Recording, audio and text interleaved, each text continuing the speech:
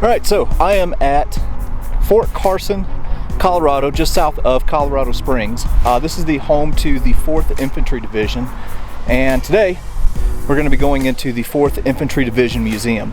Now, I'm particularly excited about this one because the 4th Infantry Division was the division that led the assault on Utah Beach on D-Day.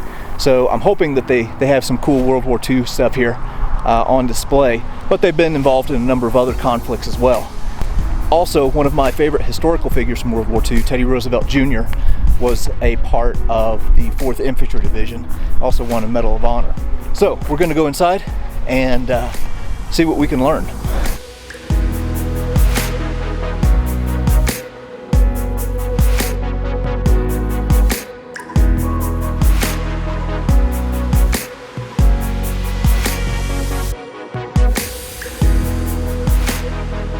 So here's the thing talking about the birth of the 4th Infantry Division. In December of 1917 for service in World War I. And then a few World War I personal items here. Kind of interesting. And of course there's the iconic World War I Army gas mask. And of course we have a rule that whenever we see a gun we have to film it. So there's the old German Luger and model 1917 revolver and the good old Springfield 03. And then of course here's the typical doughboy uniform here. The dog tags were a little bit different in World War I, if I can get focused here. So World War I saw a lot of different changes, and one of the big changes that you saw in World War I was in headgear. So this is a World War I German Pickelhaube, and that's not made of metal. That's made of pressed leather. But they switched to this form of combat helmet in the middle of the war, just out of necessity. And then of course here's a German gas mask too. So as I already mentioned, the 4th Infantry Division was involved in the D-Day landings on Utah Beach, and probably the most famous of the 4th Infantry Division is this guy right here, Teddy Roosevelt Jr. He showed up on the beach and was quite the character, like his dad, and carried a cane, which they have depicted here. And on this sign it says the war starts here. Well, the story behind that is that the 4th Infantry Division landed like way off of their mark. I missed it by like a couple thousand yards, I believe. And Roosevelt got on the beach, looked around and said, well, we'll start the war here.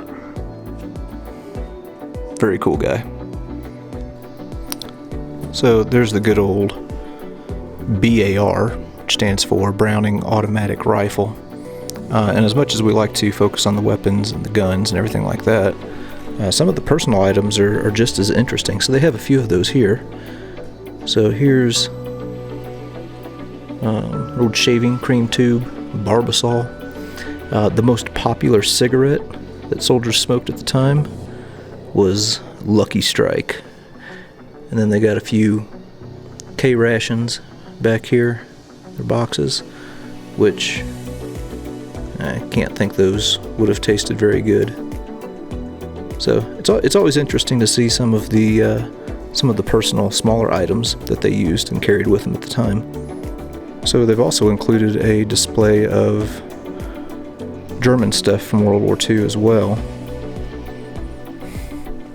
And how could we pass up the MP40, which was a submachine gun, shot 9mm rounds.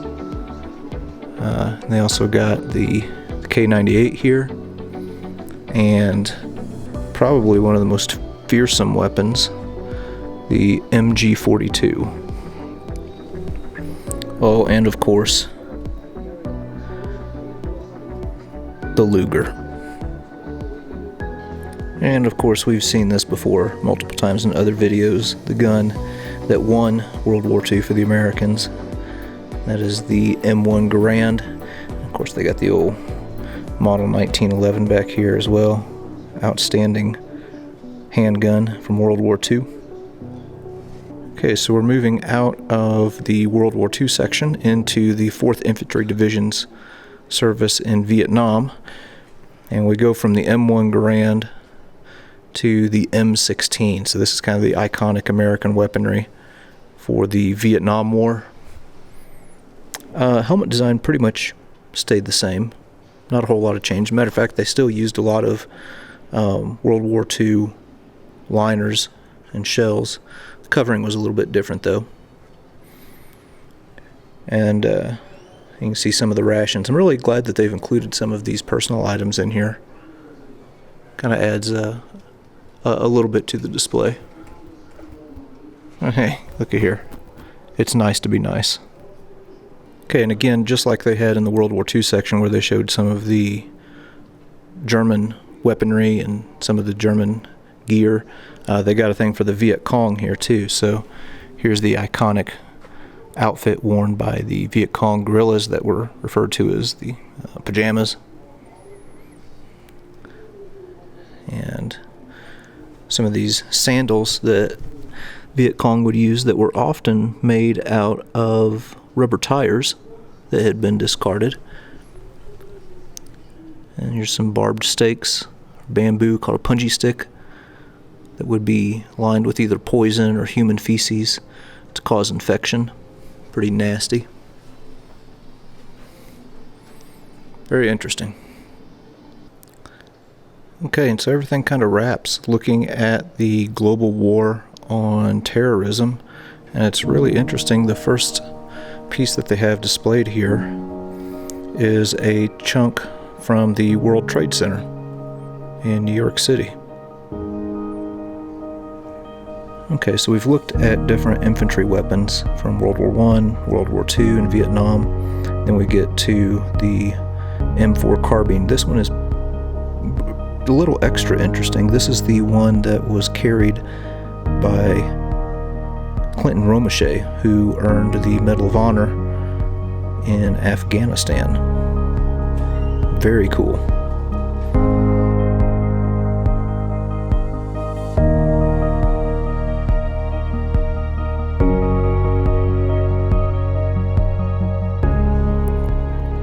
Okay, now this is really cool.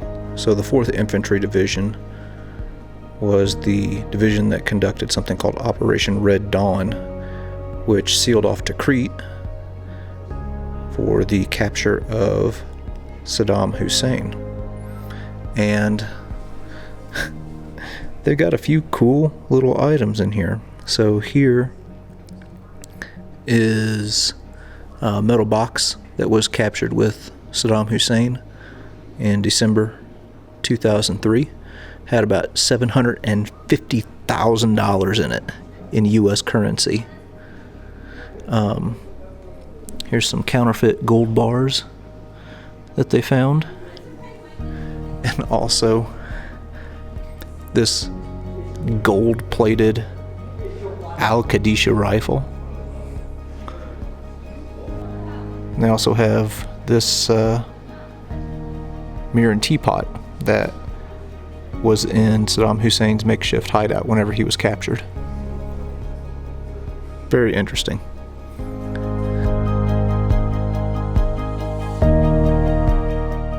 Okay, so here's the mannequin of Saddam Hussein. But what's really cool, this right here is the foam plug that was used to conceal the spider hole that he was hiding in.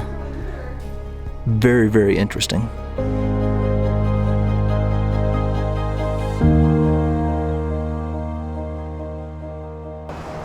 All right, well that was the 4th Infantry Division Museum. Really quite cool. The museum's not very big, but it was nice. To be honest, I was a little bit surprised. I honestly was going in there expecting to kind of get some more out of the 4th Infantry Division's landing at Utah Beach. but the Operation Iraqi Freedom display with all of the stuff with Saddam Hussein was probably my favorite. So very cool museum. Again, it's free, right here just south of Colorado Springs. Very cool.